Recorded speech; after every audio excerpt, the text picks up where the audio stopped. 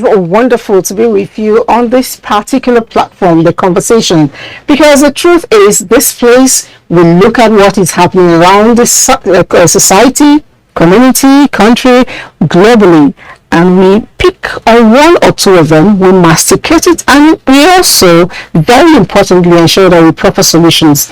Now, that does not give us spirit of entitlement to just walk into your home. Yes, I've just told you the topic. Spirit of entitlement. So I'll just tell you that it's my pleasure to have you welcome me in your home, in your office, wherever you're watching. My name is Elizabeth Amari, and the show is Conversations. And we have all the ladies dressed up, looking beautiful, and ready to talk. Coach Didi. Yes. Good morning. My name is Maimuna Omi Abdullah, Coach Didi. Okay. My name is Deva Hamati, your mom, and it's good to be here this morning. Good morning. My name is Joe Konachi. It's always good to be on Conversations. All right. When I sent out the promos to you, I was nice and very particular in saying it will be my pleasure to have you. As much as I know that I can tell you, you have to come. Because I didn't want you to say you're sending something and you're doing a different thing. Spirit of entitlement. I don't know if you've had the experience before, but one particular one that hits me is a bit of what you saw in the promo. Somebody who was begging for money and money was given to him and he felt it wasn't good enough and he threw it away. But before we get all that, let's get to find out if other people have experienced this. Then we come back and talk.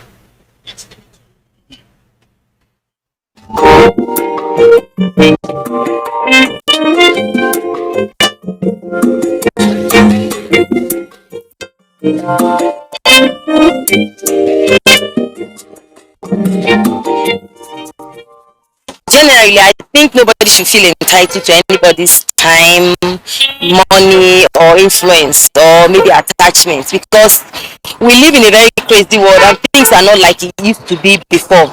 So normally before, people would want to help you just because they can, or they just want to help you just because they feel sympathy for you. But now things are becoming too hard, even for the big men or even for the big shots. It's becoming too hard for them to. Somebody to me for a need is simply asking for help and not a right. And whatsoever is within my power to give to that person, I will give. Sometimes you don't even know what the person went through to put that thing in place. So now say you are entitled to it, or how people used to feel entitled to someone's money, like my uncle should give me this. You don't know the stress the person went through, and the person have other responsibilities too. I see the person as not being understanding, trying to collect what you have in this kind of economical situation. It's not right. As I see it as not what is proper at all. Sometimes, if they think that they are entitled to your things, let it not be every time. Yes, some people, they are your relation or your son or your any brother or so. You just try to explain to them that yes, I can give you something, and sometimes don't just say that you are entitled to do my thing. Maybe ask my consent first. What I have is mine, so I don't think anybody is entitled to my own possession. If I wish to give anybody what I have, then you politely ask and I will give it to you. But you can't just force me to come to meet me without talking to me politely. I just say, can I have this? Can I have this? It's to my own wish to give you what I have. It is no one has right over what I have. It's mine and mine alone. So if I wish to give you freely, then I give. But not as if you start claiming as if you are one. Even my parents ask for things before they take from me. So nobody is entitled to what I have. It's your money, but he has the authority to say, go and meet Mr. A to give you this. Take example of school fee. There are instances where one's daddy will ask maybe an extended relation, go and meet this because he knew you have the means. Go and tell him to give you this. He might have gone there to complain to him that, oh, I don't have this, and authoritatively he will tell the person, go and meet this, and that's an attachment to another person's resources. That's my own opinion, as it were. That it has been so right from time immemorial, but poverty and the economic situations today have made it more worse, as it were.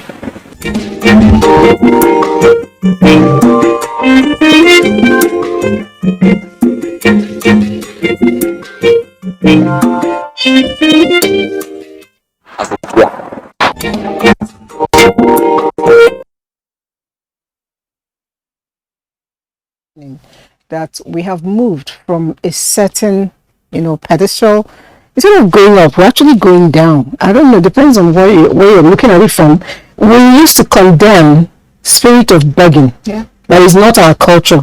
Now we are begging with authority. That's the spirit of entitlement. We are begging with arrogance. You give somebody money out of your pockets. Boss, now make una go chop breakfast. It is gifts. The person sits in front of you and counts it. Those are the kind of people that actually take money from ATM and then they count it to confirm if it's. I do. You count money. It's like I'm on auto. When you collect money from the teller, you stand there and count. So when I get money out of the ATM, it's just something I do automatically. You start counting it. I just start counting it. To be sure the machine will keep you. Start counting. I can't help it. Sometimes some might be left. No, actually, nothing is left, but it's just something I do on auto. I get my money, I stand by the side and start counting it. I can't help it. Okay. Now, have you ever had this experience, where somebody calls you and say, please, auntie, I need money for ABCD, blah, blah. Sorry, I had to flash you. She actually flashed and you called and he explains to you. You send the money to the person, perhaps even buys recharge card for the person. To say thank you, if the person remembers to say thank you, the person will flash you back. Or flash you the second time, and you call back. He says, auntie, sorry, I was just calling to say thank you. You got the recharge card. Isn't that mean? You see, the scenario you're painting now, you're painting a scenario that they flashed you back. What of the scenario of them not calling you back? I know you call and I say, okay, I got it too. Sorry, I will not. That's it. It keeps happening and happening. What drives me nuts is people don't tend to call you until when they need something. I always tell people that the way I'm wired, I will chat with you for like a month, because I have noticed that if you want something in December, you have to start working for it from January. Mm-hmm. So start the relationship, call the person up, greet the person. It's easier to ask. Even with that process, most of the time you're still rejected. Mm-hmm. So it saddens my heart where you give somebody something, and I've realized that they say, okay, please lend me this certain amount, and I've realized that there's no need lending them the money they asked for.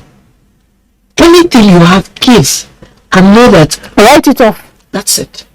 And for me, it has worked, because lending people money, it never comes back. Mm-hmm. And you start having, and when you ask, they say, if I had it, I would have given back. Honestly, the attitude, the arrogance, the self-entitlement of people just says that after all, you ask people and they help you. So why would I ask you and you wouldn't help me? That one is even better. So a situation where somebody will say, she's rich, she doesn't need the money. And that's where I think the problem comes from. Let me quickly share an experience I had. This happened to me when I had just started working with the NTA.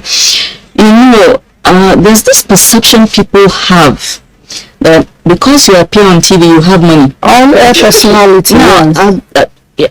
You're a bloody civil servant at the end of the day. Mm-hmm. And let me just remind you, when you appear on air, you have less money because you're spending a lot of money on your clothes, on your hair, so there's nothing really left to save. So go ahead. But I'm sorry, that's the perception you think.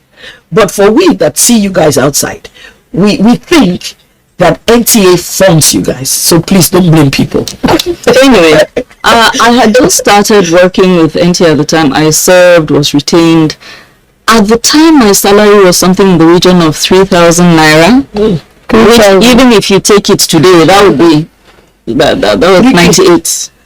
Now that would be like maybe 30,000 or 28,000. Something. It was stupid. It was stupid money. I mean, let's be frank. It was barely funding my transportation.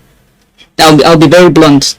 And somebody who was my teacher in secondary school came to Abuja and was in a bad place and came to look for me at NTA. This person didn't know that my entire salary for the month was 3,000 naira. And I didn't tell the person that this person was really, really in need. And he was kind to me when he was a teacher in secondary school.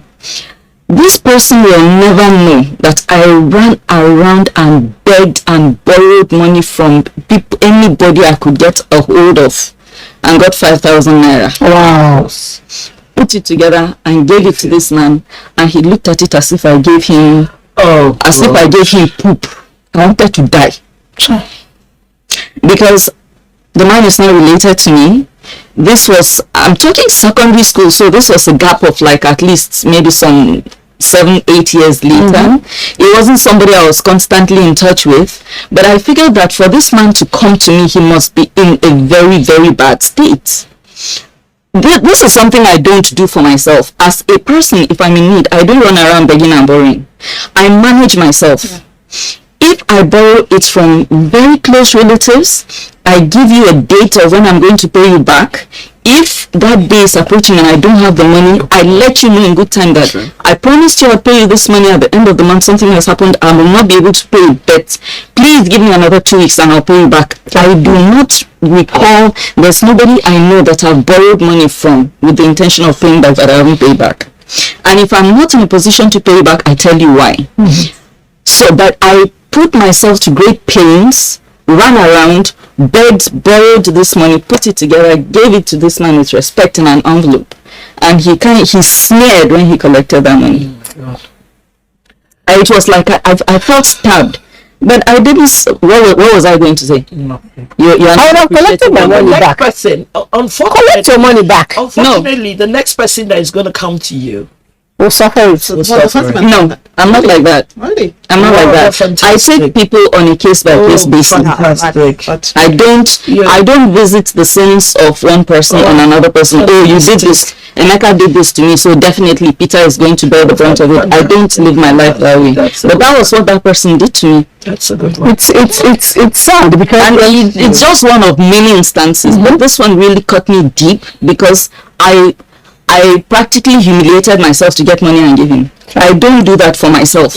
You know what angers me is we talk as if it's just happening within offices, within the larger society. Within the home, which is the smallest unit, the entitlement spirit is heavy.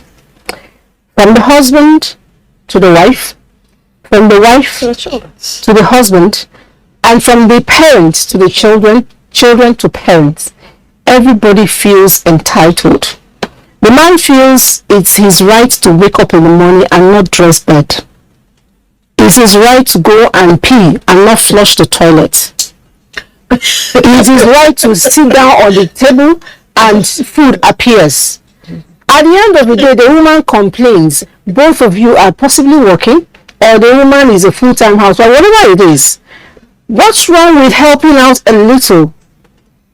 And the man will tell you, I pay for your bills. It's basically I pay the bills. No, it's basically culture. And I think, you see, it's culture. Every person is made up of a mindset, and your mindset is governed by three things: your upbringing, your environment, and then significant emotional events that has happened to you. What about your personality? What's your culture? It's all that's your mindset. Your personality is your mindset. Okay. So your upbringing is your culture. Your environment is also your culture. So, and the thing is, you've grown up in a certain environment, and this is the way things have been done. This is the way you grew up seeing it being done by your father, by your uncles, by everyone. And then you get married. Things have changed. You don't notice that. Now you probably marry a woman from a different environment, but you still expect that this is what my mother did. This is what my sisters did, my aunts did. So it takes unlearning them. Because your father did not flush toilet, you will not flush toilet. What kind of rubbish is that? But not just the flushing toilet. I think by nature, our men are raised to be entitled. Let's be honest about it. Very true. Our men have been raised to be entitled, to be respected, to be adored. They are demigods. No, to be worshipped. Thank you. So it's something that, they have to unlearn it. But for those who are actually intentional about it. Yeah. But being entitled, I think we're all entitled. When you sent me the clip, I sat down and I was thinking about it. I said, okay, entitled. Because I talk about this in schools when I talk to young children, because you see this generation of kids we have, they are so entitled. They deserve every good thing life can offer. Exactly. They don't need to earn it. They don't have to. And they don't need to do anything in return. At You know, all. they should just You know? exist So that, and that be is something worshipped. that has been going on and on and on. And then these children will become parents someday. So for them, you have to unlearn it. It's about being intentional. This norms, this culture is a part of your life. But if you decide, okay, I don't want to be like this. I want to be a different kind of man or a different kind of woman, because we also have it. Like I was saying, I just thought I'm also entitled to an extent. We all have it to a certain but there is degree. toxic entitlement and there is healthy one. Yes. I believe I am. No, I have a right to be respected. And I should be respected. I have a right to be loved, and I should love us well.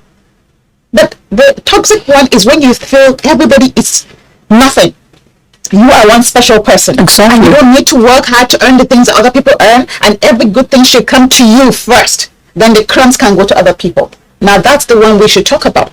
But being entitled, we are all entitled to an extent. If you're married, you feel entitled to your husband at some point. The husbands feel the same way as well. The kids feel. But one thing what I think is, when it comes to relationship, like the husband and wife relationship we talked about, let's even start from before we trickle down to the children. If your wife is, in the good habit of ensuring, domestically speaking, your house is ready for you to use, and you're also providing for that woman as much as you can, or as is inscripted in different holy books, the man who does not provide for his family is worse than infidel. So if you're not that infidel, the husband or the wife should never take it for granted that this man is providing. That's me talking. Whenever he does something nice to you, please remember to say, thank you, darling. This is wonderful. Absolutely. I know you may be expecting it. He may come back from work, buys you a packet of biscuits. Oh, that's why I like you. Never forget to buy me small things that make me happy. You have made the man feel good. The woman cooks for you, cleans your house, you go to the bathroom to bath. By the time you're out, she has stretched your bed, and you pretend you didn't notice it. That's wrong now. You should appreciate the woman. This woman, if I come next world again, I will marry you again. Each time you come around, my house changes. Even if you can do it, and once in a while you could say, okay, darling, sit down, let me do this for you. You're laughing. You know why I'm laughing? Because I'm living in the real world in Nigeria. A woman will live it. Thank you. I say thank you. for what now? Let's be real. Say thank you for everything. It's not going to work. Say thank you for a good plate of To meal. work. Once in a while. It is not going to work. Look, let me tell you. We're Nigerians. The only thing that I always imagine is that when Nigerians go somewhere else, when they go abroad, They behave differently. That's the way we're wired. Those men now, when you say thank you to them for providing, do they enjoy it? Of course not. Because Why can't they say thank you for everything? the man is the one that is supposed to fend for his family. It's not for the woman to fend for the family. So the woman should When not the thank woman him. starts fending for the family, then the roles are changed. So the man has to now start telling the woman, thank you for doing this, thank you for doing that. Let me use my brother as an example. I know he's going to kill me. My brother got married and went abroad. And my mom went for Mugo. I was there as well. And you know how the thing is when you're abroad. The lady is baiting the children, the blah, blah, blah, blah, blah, blah. And she said, oh, please, can you check the stuff for me? She was cooking. And my brother snapped. Why? Because he came from a tradition where men don't cook. There's certain things that men do, and there's certain things that women do. Guess what? It was a bit of a battle. But you see, my mom had to sit him down and talk to him. So now the main problem we're having is it's parenting. Like they say, like the food does not fall far from the tree. If you do not train your children in the way they should grow, when they grow, what do you expect?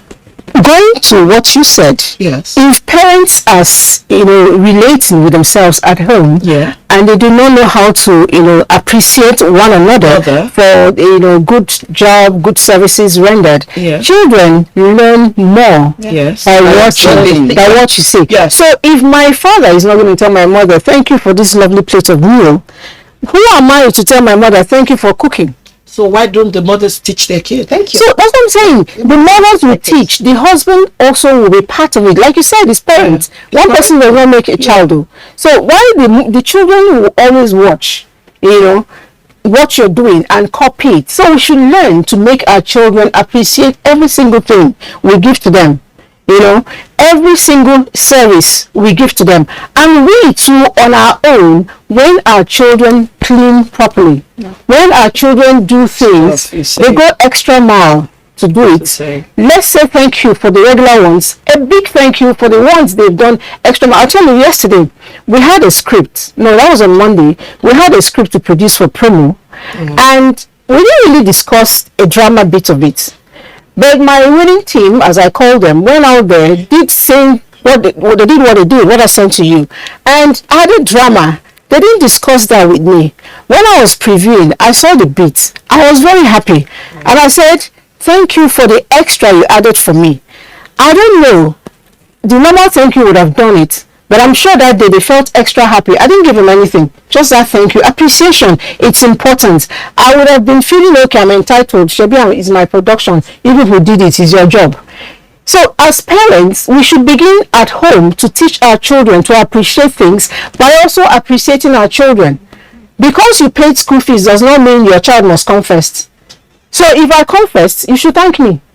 Hang on, let me quickly interject. See, with the annual school fees we have in Abuja. No. Allow me to learn. You people are laughing. It is one thing, for a child that is struggling. Yeah. You know a child that is struggling. Some children will put in their best. You see them slugging it out. They read and read and read and read. And if there are 28 people in the class, they manage to come 26. That kind of child, I'll still pet you and all, because I know you are struggling, yeah? But you are intelligent. You pick things easily, and everything.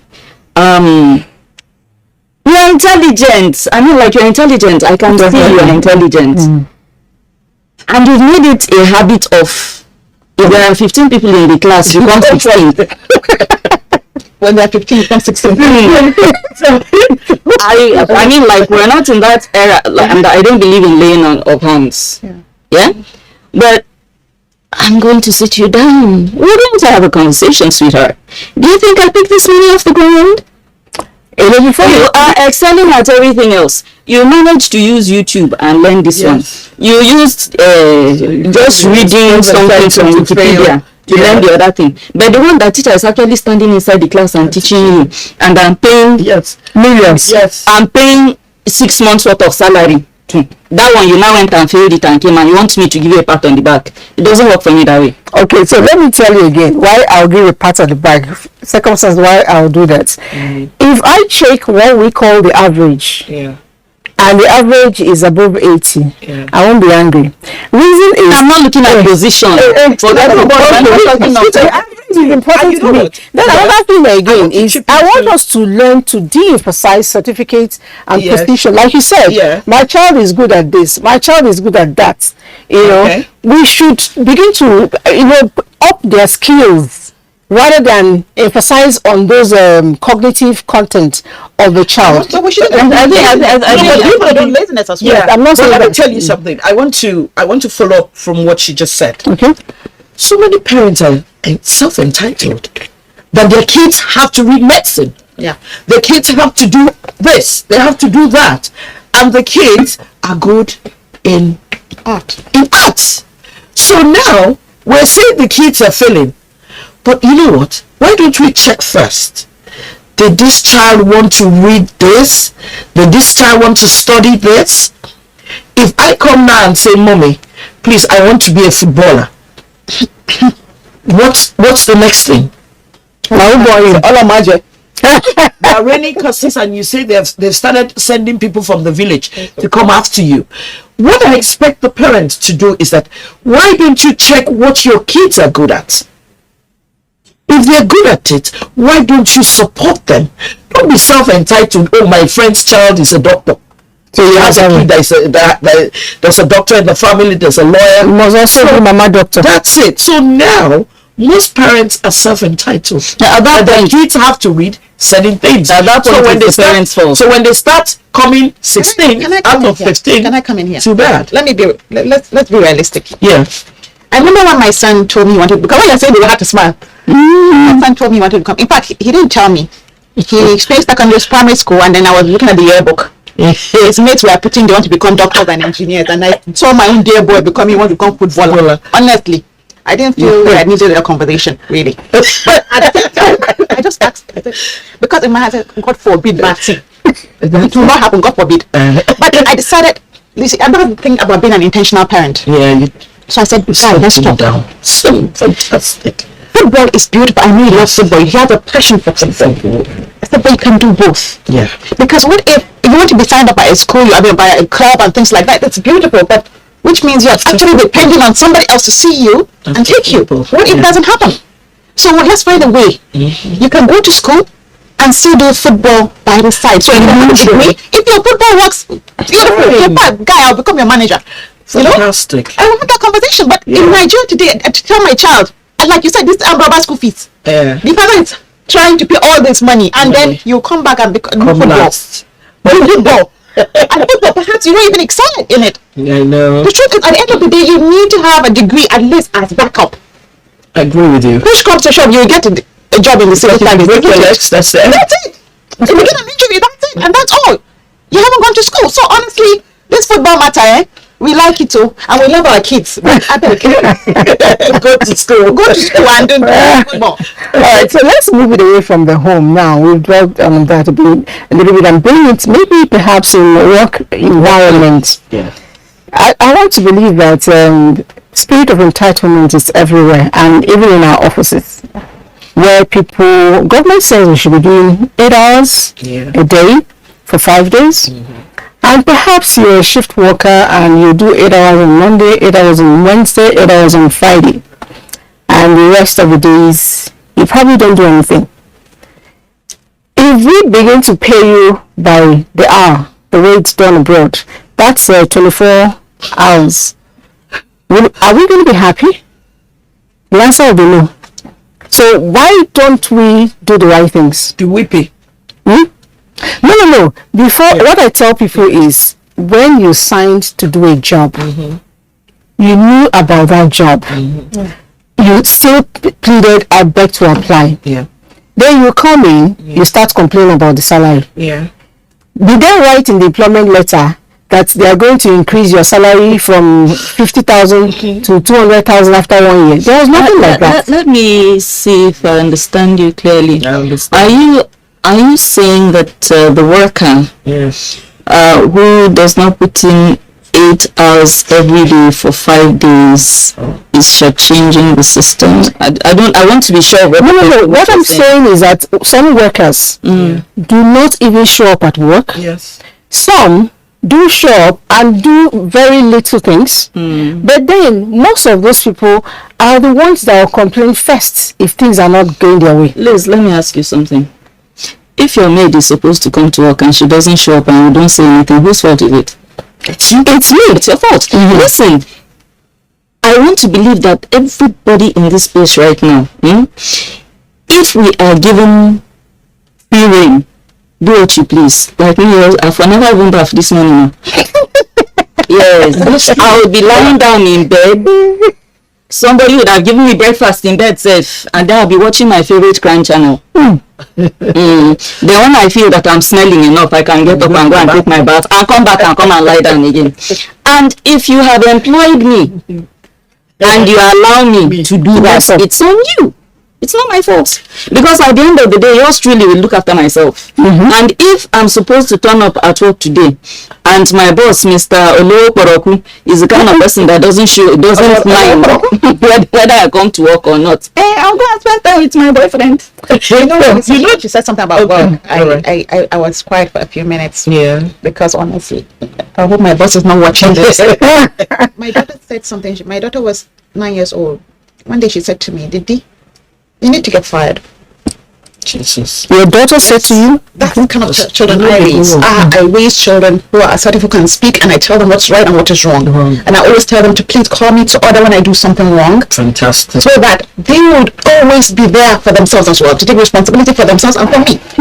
And she told me that, honestly, my body shakes more. She said, I said, why did you say that? She said, you said we should always be honorable and take responsibility. She said, did you this week, how many times did you go to work? You should be fired. I generally carry my bag. And you went to work? And I went to work. Yeah. So you see, the thing is, and like you said, we are supposed to be an example. We need to be an example to our kids. And when we do wrong, accept we've done wrong. I once beat traffic, and my daughter said, oh my God, did you beat traffic?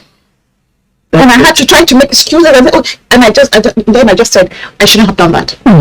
Okay. Let me use as you mentioned traffic. I want to continue from there. The typical Nigerian, we are always You know who I am and all that. So I think I was coming from the gym one day, and not when I went to driving school, orange was supposed to be get ready to stop. Yes. And it was orange. And I hit the road. I forgot that my papers had expired. And here I was flagged down, and they said, Madam, why did you beat the traffic? The typical Nigerian woman. Excuse me, why did you stop me? Why did you stop me? And we now started arguing. I didn't know that my paper had expired. All I needed to say was sorry. Just sorry. But you see, we're always self-entitled. Like she said, all of us have it in us. And the next thing they said, bring out paper. Your particulars. My particulars. Driver's license. I check, but no, because I was going to the gym, I didn't, because my driving license is in my purse. So here I was, no driving license, no particulars. Particulars had expired. So the guy just looked at me and said, Madam, come down. And the next thing I did, the arrogant woman that I am, I picked up the phone. Boss, me, the typical thing. And I started saying, and he said, what happened? I said, I was stopped by the police. And he said, so what did you do? And you said it. He said, check yourself. You're my friend. I could have told them to let you go, but give the phone to the man. And the man said, I was raining curses at him, and that was what angered him. He would have allowed me to go. And the good thing my friend did, he was top in the police, and he said, you see, it's these things you people do. You will say police is not your friend. You don't get paper. You beat the traffic. Why don't we try and do the right thing? So most of the time, we tend to do the wrong things, and we start feeling self-entitled, which is very sad. It happens in the workplace. It happens at home. It happens everywhere. Because the thing here is that you go to an office in the morning, the guard there knows that you want to come in, and the guy is sitting down. And you start to wonder, who will be your guy? Did they force you to get this job? Even the bartender that wants to sell fuel to you has an attitude. And for crying out loud, the bartender, the guy at the film station had a good time. I'm telling you. So the fuel attendant is there, having an attitude. He doesn't want to sell. When he's selling, because I had an experience yesterday, he just put the hose into the thing, and the fuel started. I was angry, not because of the fuel wasting, but it was going to put a mark on my car. Yes. And when I said it, the guy said, hey, Madam, I beg, come and do and carry your wahala and go. And I felt so angry because one, it happened, he didn't clean it, so I had to go home and try and wash it. And I was sitting there and said, but I paid you. And the biggest problem I have in Nigeria, you pay for service, and service is not rendered. It's not rendered. And the people feel, okay, when you ask for it, they tell you you're on too much. Yes. What's your problem? Yes. But still moving it back to the workplace, like I said, whether you're the boss or you're the subordinate, it's always important for us to appreciate people. A lot of times in workplaces, we never really get commendations for things we do. But when you don't do the right thing, you get everybody. So whether or not we are on top or under, it's important to recognize, the success stories of other people. That way you encourage them to do more, and very importantly, you also make others want to get to do the same thing too, so they too can be acknowledged. But then going back to what you talked about, traffic, yesterday I was going home and there was this two nuisance at my back, with siren, and another one escorts, I don't know who they were, Nigeria. and they were going like this, just by Shagalinku here. I know that place is a bit funny, so I wasn't really sure where they were going to. I parked my car, waited for them on the road, just in front of them. They started shouting. I said, please, you people should come and move me out, because I don't know, that 1 minute pause they did, nothing really happened. I don't know who the big man was in there, but the big man was sitting in the car. I don't even see the person. But all of them stopped because I stopped. Let me tell you something about big man. 90% of the time, you find these people doing these things. The big guys are not even in the car. It's not in the car. That's number one. Number two, sometimes the big man is like, please slow down. There comes a point in your life when speeding just doesn't work for you. And you're doing this and everything, and you're begging the guy to please, dude, we can get to this place if you do 80. You don't have to even be doing. And yes sir. And then within 5 minutes, he's back to you. You drive until he's about to hit the car in front, then he hit the brake, and you do this, and And sometimes I'm like, okay, is this guy's way of getting back at you for like, why am I the driver and you're the big man, or I don't know what's going on. But the truth is, in my encounters with big men, you'll find that 90% of the time they are genteel, they are cultured, at least to the people they interact with outside. They will talk to you politely, nicely. Go to one big oga's office somewhere. The person that will give you attitude is the receptionist. By the time you gain entrance and actually see the oga himself, you'll be shocked. Some of them will even get up to welcome you into their office, offer you a seat, speak to you nicely.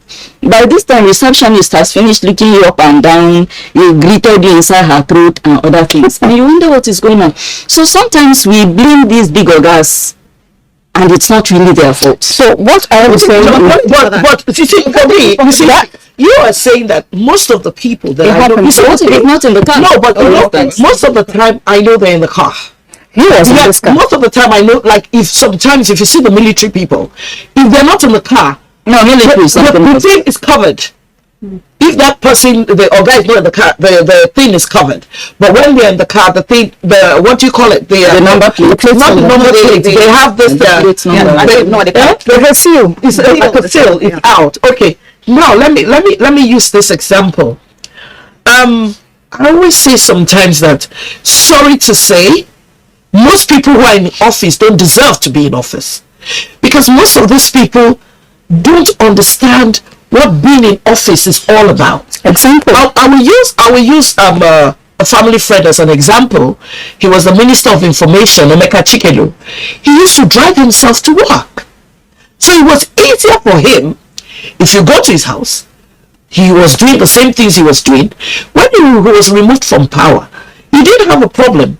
He resigned, if I recall. No, he didn't resign. The normal thing, they can drop you out, and then they bring other people, because they were family friends. And I looked at him, and guess what? It was parenting. Of course. It was parenting. So, sorry to say, these other people, I don't know how they grew up. I don't know their family history. But the thing here is, I interact with so many supposedly people in office. Excuse me. They are the ones that will tell their driver to beat the traffic. I'm not telling you, I totally believe what you said. Yeah, because even though she also has a point. This is not my reality. Well, that is why I say that. You see, the good thing in life, you see, the good thing in life is that all of us are in different realities in life. We have different set of friends, different set of people we do business with.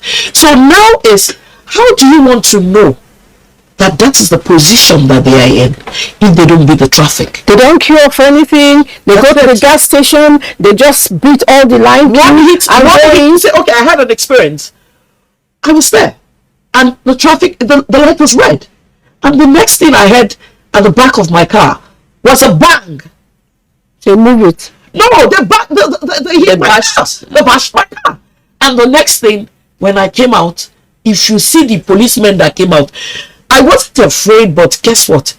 The Oga there, who I expected to do the right thing, was raining curses at me. And when it was time for green, they left me there and they drove off. So many people have had accidents. They've injured so many people that I know. And everybody just goes like that because the typical thing in Nigeria, they're entitled. There's good and bad. Definitely. Yesterday's one, there were 3 cars on the whole, and the man was inside there because I saw it clearly. But he didn't come out. I don't know the person. He didn't come out. He didn't say anything. But I think when they looked at me, they noticed I was this one woman who was just helpless. I was looking at them. They found their way and went. But I think that if you're a big man, supposedly big man in the right sense of it, you should lead by example. That's very important. You know, you should lead by example. I respect a man who respects me, you know, and behaves appropriately, obeys rules and regulations. Somebody was telling me one day, just same yesterday, I went to the other side of the office. He said, why don't you do one way? I said, no. I don't keep bad records. I like to be obedient. So that when trouble comes my way, I will know how to do it. You know. So don't feel because you're carrying government ID card, you could do things that are wrong. You're sitting in a position, you could do things that are wrong. Mentality spirit, that entitlement spirit. When it comes, one day you're not going to be there. When you come back, those people you matched, they'll put you on the ground, on the floor, and match you back. So it's important. But let's see. A lot of people are writing in here. Let me see the much I can take. I saw one. I was laughing. But let me read that one quickly. He said something that we were discussing just before the program. He said, "You women gathered to discuss a sensitive topic like this without a man in your midst." And she added, "I'm a woman." You didn't write your name, but we'll explain it to you because we already mentioned this in the morning. Number one. This program is meant for women. Once in a while, we bring in men. Today, we actually made an effort to bring Ezra. But he called off at the last minute.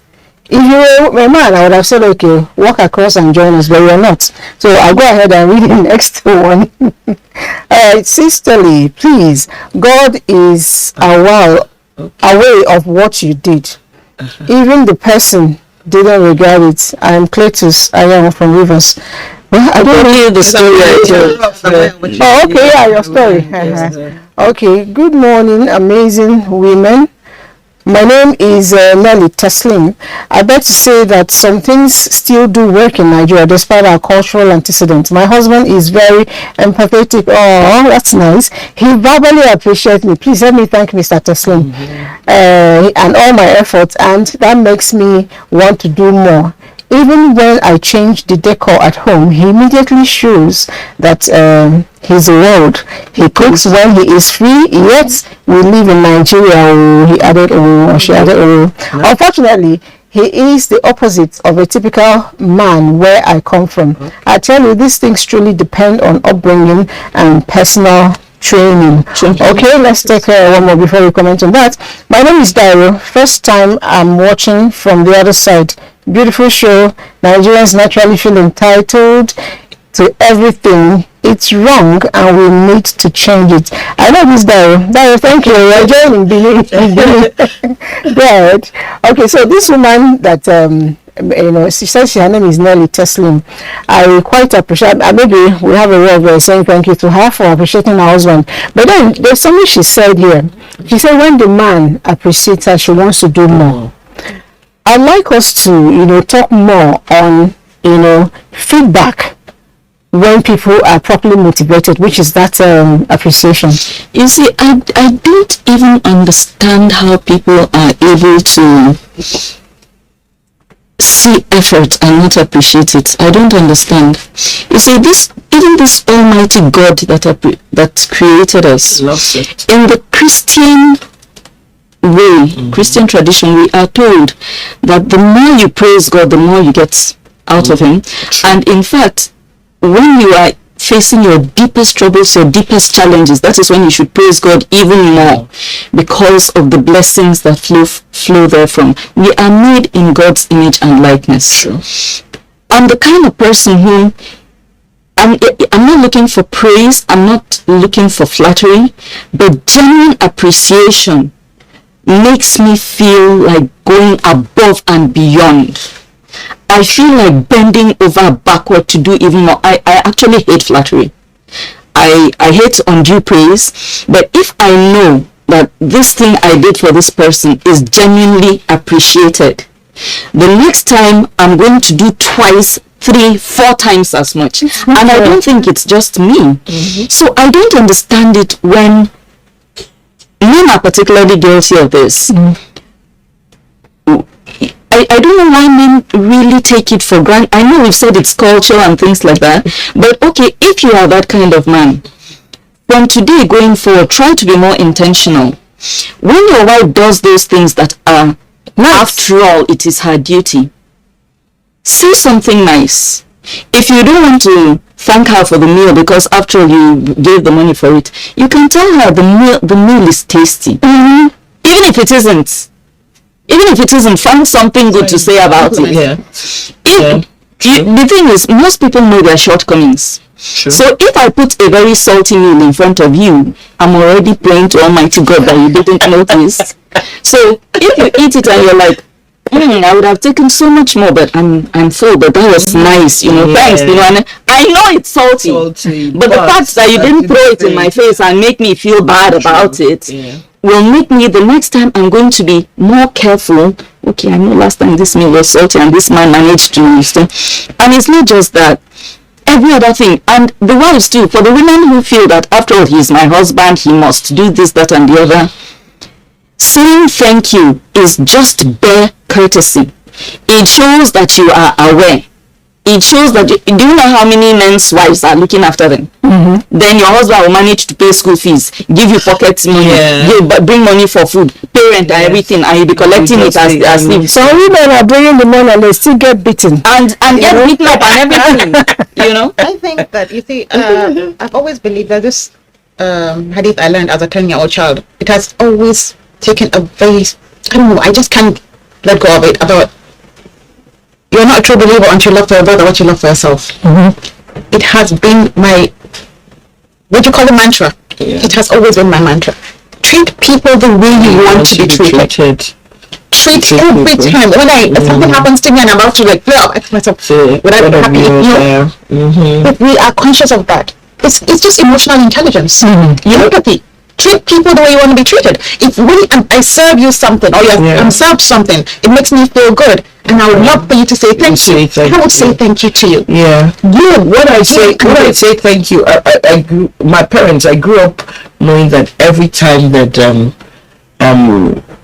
I eat, anytime, morning, afternoon, anytime I was given stuff, that was how my mom taught me, whether you like it, whether it is sweet, whether it is the thing you don't like. I was taught that, like me, I don't eat too many things. So I was taught that don't go to places where you visit and say, I don't eat this. If they give you, eat it. But what I did was, because I couldn't eat it, I couldn't say I didn't like it. But all I used to say was, I'm fasting. even though I wasn't fasting, because that was the only way for me not to show, because I know it's really rude when you go, I know they chop beans, I don't eat this, I don't eat that, and there's so many things I don't eat because I react to them. Right, So most of the time I think it mostly is parenting. It's parenting. Okay, so good morning, ma'am. Just continue your discussion, ma'am. We are all men in this hard country. Regards. You don't write your name. Let someone else has written to us. Say good morning to you all in the studio. Today's topic is very crucial in our society today. Keep on the good work. And it says it's Chris writing from Nasarawa. Let's see. Good morning. We love your show. I'm Jude Ahom, a screenwriter from Benue State. The entitlement mentality is a huge takeoff. I think the problem starts from home. Training, not teaching your children to even say simple thank you, just like you said. All right, thank you very much. My time is almost up, so let's quickly go to Lagos. Somebody's writing in from Lagos and he says a good topic. I enjoy that. But before we leave, I would want to say on a very short note that we should go to what JFK said. Think what you can do for your country and not what your country can do for you. If you look at it that way, the other books say that it is better to be the giver and not the taker. There's much more blessing. I don't think this person is too big to take anything. You see somebody, you're seeing money, you're not even seeing the goodness of God in the person, you're seeing money. Okay, this woman has just arrived, something must fall. This woman has just arrived, she has to eat something, give her. And when you give, relax, more will come out. It's been a wonderful show for all of us. Thank you for coming, and I cannot leave. For those of you who are outside, unfortunately, I don't have any entitlement spirit too. Thank you. It's not plastic. I'm fasting. Good one. Oh, you hit it, man. No, she's fasting. Bye. I'm not fasting. That one, are you really fasting? No.